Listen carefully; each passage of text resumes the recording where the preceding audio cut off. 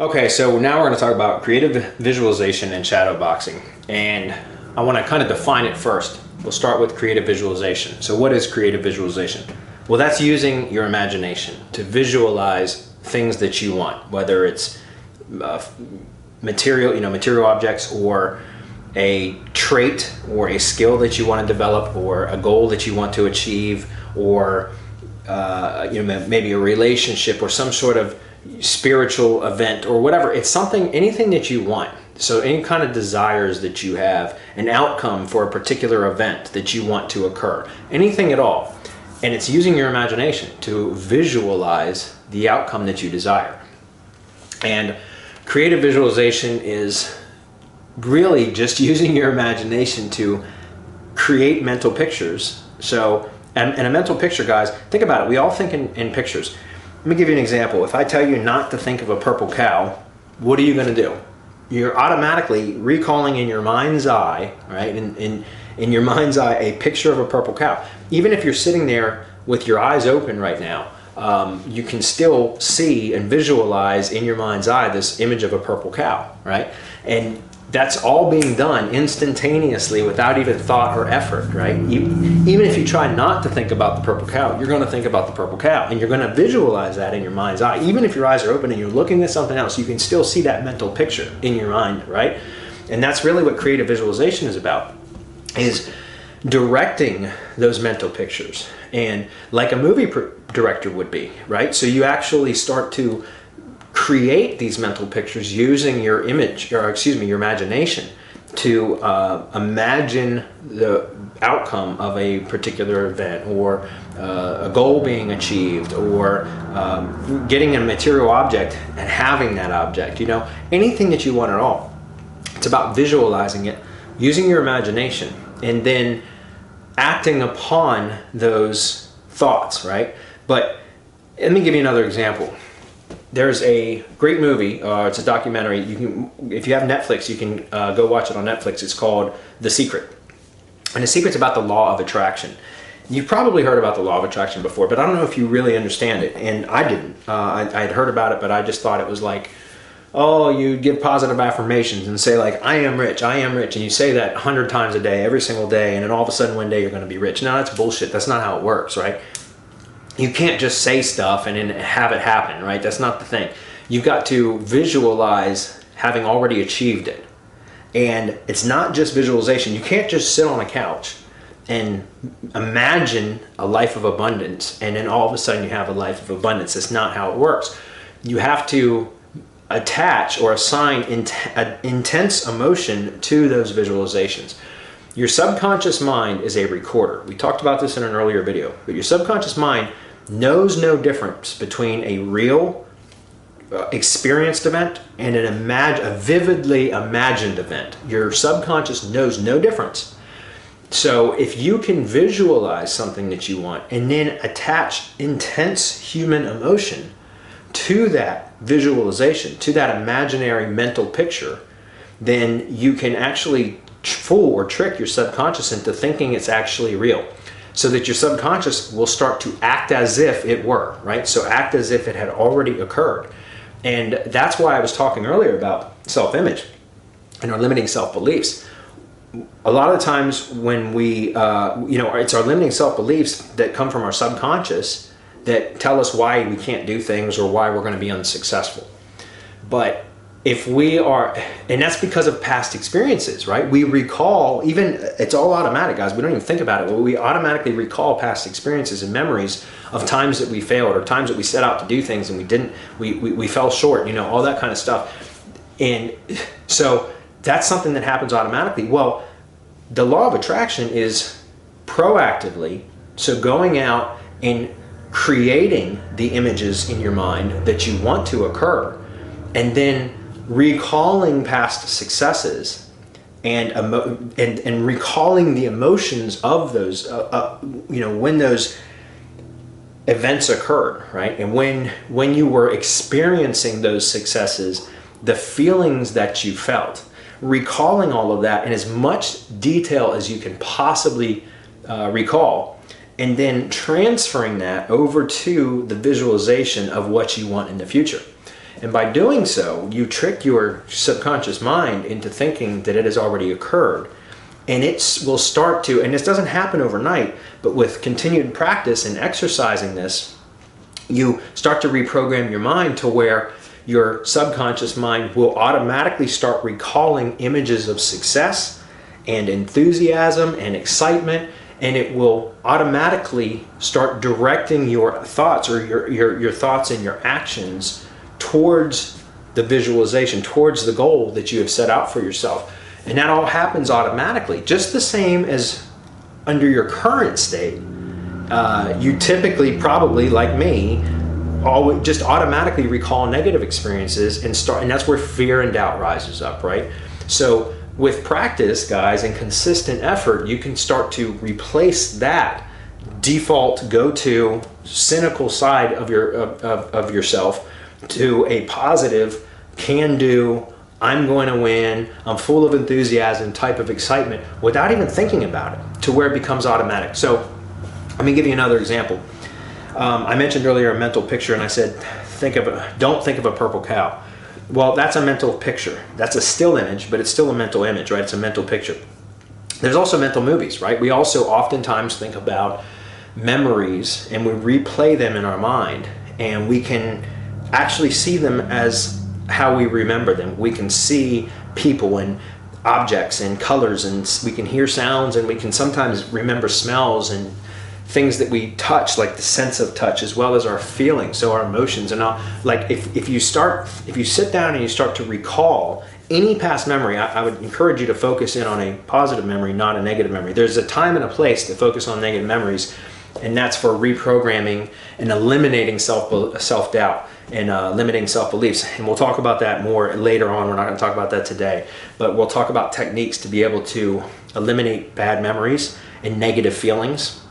But I would encourage you to just, maybe at the end of this video, is to just sit down and think for a minute. Close your eyes. If you don't even have to close your eyes, because we can still visualize with our eyes open, guys. I think it helps to close your eyes because it gets to become more vivid. You can add more detail with your eyes closed. At least for me, I can.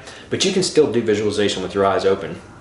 But start recalling a memory, preferably a positive memory, and just spend a few moments really developing that memory again. So thinking about what you felt like during that time, what you saw, what the day was like, maybe if it was outside, what the weather was like, the people involved, if there was anybody else involved, what was said, the sounds that you heard, the smells, if you can remember that. Maybe the air temperature, was there a breeze, was it damp outside that day, whatever. Just try to recall those memories and start adding detail. And I don't mean imaginary detail. You're going to do plenty of that as part of creative visualization. But I'm talking about just recalling a memory and focusing in on that memory and recalling as much detail about it as you can. With a little bit of practice and a little bit of time developing that memory, and you're going to see how vivid it can really truly become. And that's the key to the secret, or the law of attraction, which is to pull up past memories like that and try to get them as vivid as possible, that you can as you can possibly recall, including, and that the key is the emotion, the intense human emotion that you felt at those times, so that then you can transfer that. You can change the mental picture that you're seeing in your mind's eye, or what's Dr. Maxwell Maltz called the theater of the mind.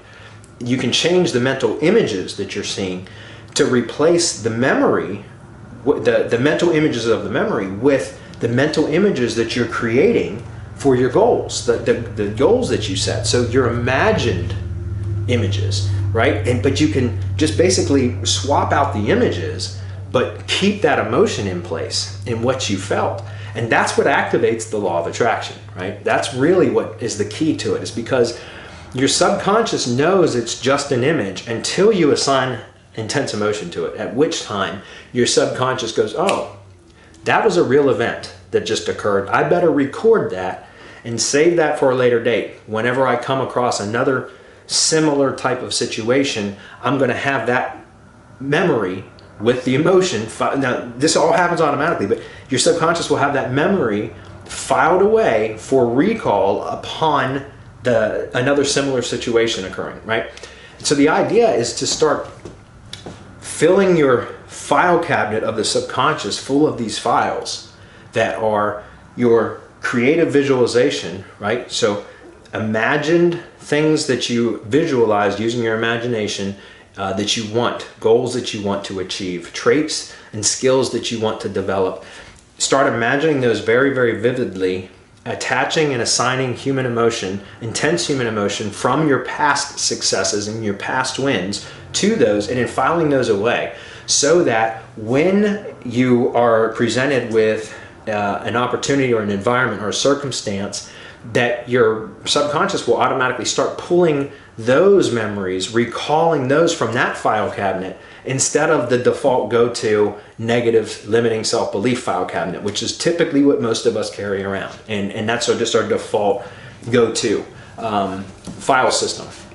So we can, first of all, create these visualizations and start building those up. But at the same time, we can also use creative visualization for eliminating the negative files. So using that same analogy where I was talking about maybe a file cabinet inside our mind, right? A file cabinet that now we're starting to build the positive file cabinet up. We're starting to add more and more files to that. At the same time, we can take that negative cabinet and we can start removing those files, those limiting self-beliefs, right? And the negative and the emotional pain and scarring that we have, we can start eliminating those. And in just the same way that we're just talking about, where we visualize something that we want, then we visualize a past success, we recall all the feelings and the emotions, and then we transfer those emotions to the visualization of, the imagined visualization that we want of the desired effect or outcome. We can do the same thing with the negative stuff, right? We can recall negative images, negative memories, and we can recall those feelings, and then we can desensitize ourselves to those. And there's techniques. We'll get into this at a later date. This is just really the series overview, so I just kind of want to give you a higher level. But there's things that you can do, like recalling those images in your head and then making them black and white, or making them go blurry instead of in focus, to where we start removing detail. We make those less vivid. We start to remove the intense human emotion from those images and those memories.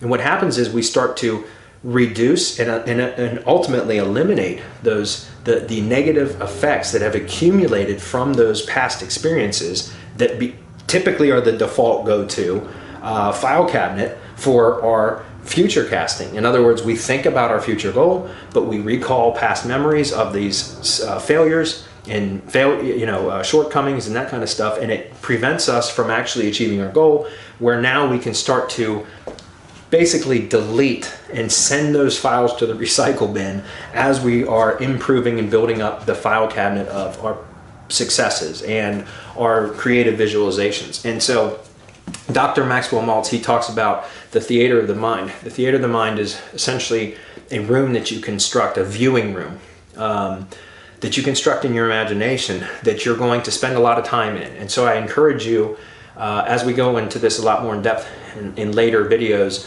we'll talk a lot more about this, but I would encourage you to construct in your own mind a screening room that you would go to, that you're going to visit on a regular basis, and visualize the things that you want, past memories and as well as future stuff, so future casting. And in this theater of the mind, this screening room that you create, it's going to be something that you're going to visit often. So at first, when you start to develop this in your own mind, it may be very vague, very short on details, right? Very scarce on detail. But each time you go revisit that room again, if you focus in on it, you can add a little bit more detail each time. And over time, like for me, over the last few months, my theater of the mind, my screening room has become much more of a reality in my own mind, in that I've got much more detail to the point where surfaces have texture now, right? I see light, I have smells that I can smell in my imagination. It might sound really abstract and funny, but you'll see if you practice along with me, if you decide to implement some of this stuff, that the more that you enter a room that you've constructed in your own mind over and over again, the more detail that you're automatically going to assign. As your imagination muscle grows stronger, so will the detail that you can, and the how much vivid detail you can add to that memory, and so, or to that imaginative space. And so, you know, the creative visualization in the theater of the mind is where you can start to play these mental movies, either from memories or for future casting. Either way, you start to play these on the screen as if they were movies. And you can manipulate, because you're the director, right? You're not only in the audience in the theater of the mind watching the image, but you're also the director and the producer. So you can go in and change those images. You can add detail and take detail away. You can make it into focus or out of focus. You can make it closer and bigger, or you can make it further away and smaller. You know, so you can add color or remove color, make it black and white to desensitize from stuff. There's a lot of different things that you can do as the director and the producer of the mental pictures, images that you're watching in the theater of your mind. So it's a very, very cool concept. I used to probably, 2 years ago, I would have told you you're full of shit if you try to tell me something like that. But I believe it now because I've been practicing it now for several months. And it's just amazing what the changes in my own life that I've been able to notice because of this, right? And so creative visualization, like I said, is something that there's something else Dr. Maltz talks about is a servo mechanism. That's what he calls our subconscious, is a servo mechanism. A servo mechanism is like a device it's a goal-seeking device, and it's a mechanical device. Now, I think it was developed first for like the military, for missile defense and things like that. So think about a missile defense system that shoots a missile to hit a missile, right? Or shoots a, you know, maybe it's a surface-to-air missile to shoot down a fighter jet plane, right? So think about when a jet is flying through the air and we shoot a missile, and I say we, I'm just saying anybody, right, that shoots a missile at a flying airplane, and it's a heat-guided, heat-seeking missile. And so if you've ever watched any film of these kind of devices, right, these guided type missiles that are heat-seeking or whatever, they're target goal-seeking missiles. And what's interesting is if you watch the flight path, they always start off and then they go in a zigzag pattern, and they zigzag the entire way. And that's because of the servo mechanism. The servo mechanism is a device that relies on feedback. Negative feedback is when it says, it monitors where it's going, and all of a sudden it recognizes that it's off course, right? It's gone off course. So negative feedback tells it to correct. So it might correct 90 degrees. And then it goes 90 degrees this way, and it keeps receiving feedback from the sensors on it. And if it's positive feedback, it means it keeps going in that direction. If it gets negative feedback, then it corrects 90 degrees.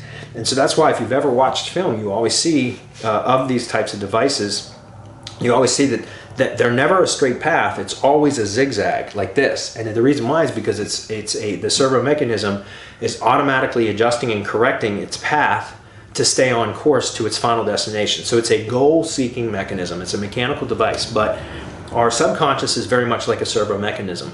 And so our subconscious mind is always moving towards a goal, whether it's a goal that we've set out intentionally or maybe it's unintentional.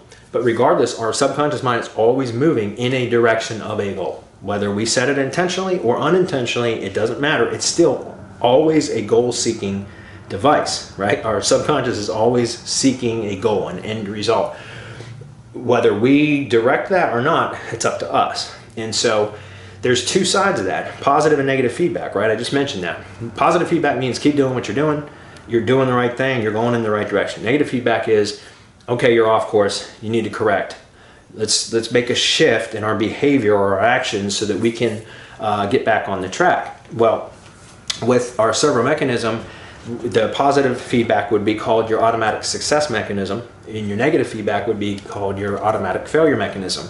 And by default, I think as part of the human condition, we are typically wired for automatic failure mechanism. In other words, we are usually, our servo mechanism, our subconscious mind is usually directing us towards the negative end, right? Because we allow our recalling of memories and things like that of past failures to affect us to where we end up actually going towards that, which would be, you know, away from what our potential goal is, but it's because it's kind of like routine, it's automatic, right? It's just because that's what it knows. It thinks that its goal is to seek failure because that's what it remembers, and that's been pulling from that file cabinet of failure and past shortcomings.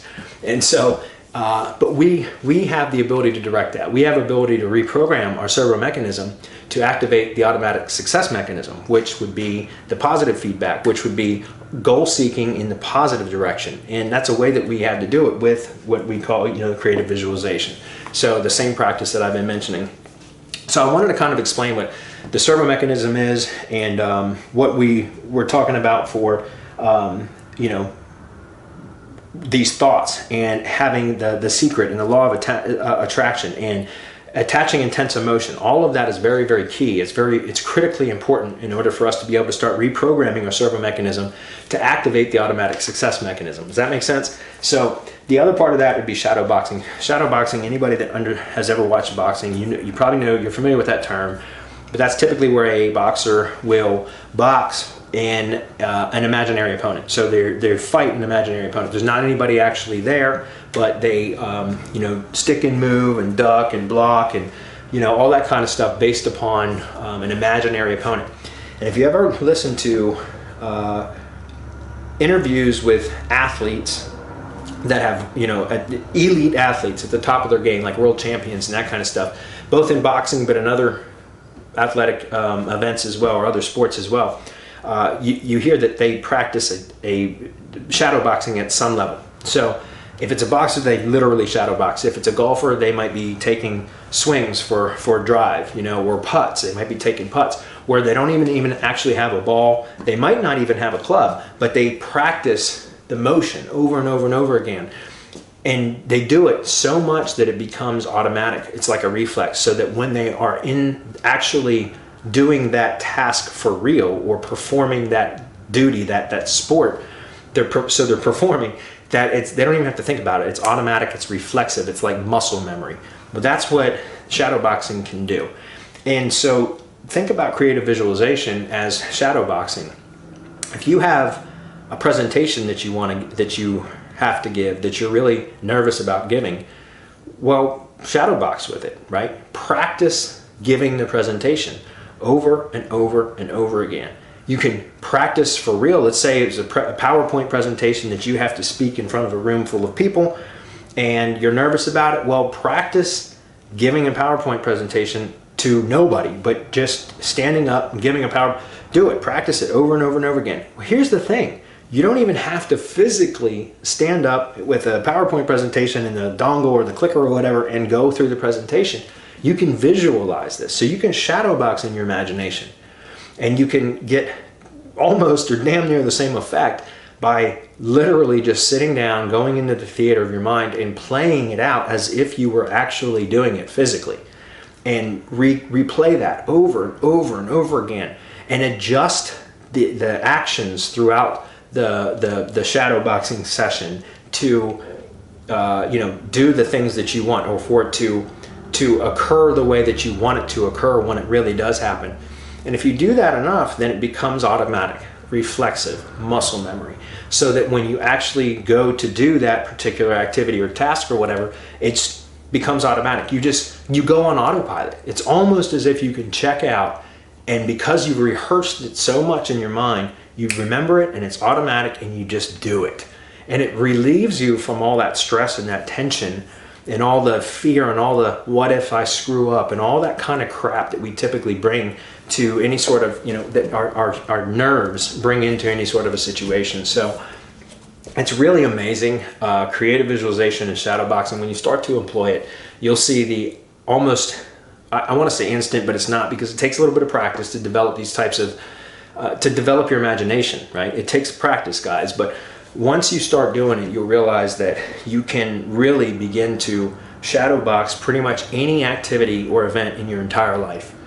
And if you believe it and you take the time and you visualize and you attach that intense emotion to it and you replay it over and over and over again, then when you get to that point of actually, like in real life, having to do it, it'll be that much easier, and it will be almost as if you just are going through the motions. You turn the autopilot switch on because you've been there and you've done that 1,000 times over in the theater of your mind, in your mind's eye. Does that make sense? So creative visualization and shadow boxing, we're going to go into that a lot. I'll wrap this up in a few minutes, but we're going to go into that a whole lot in the coming weeks, guys. So this was just a little teaser, a little taste, but I'm really hoping that you guys are excited about this, because this is really what caught me and got me on fire for this stuff, is just realizing how much power there is in creative visualization and shadow boxing. So in the next video, we're going to wrap up this weekly the series for the first week. We're going to talk about resources and best practices. We'll see you then.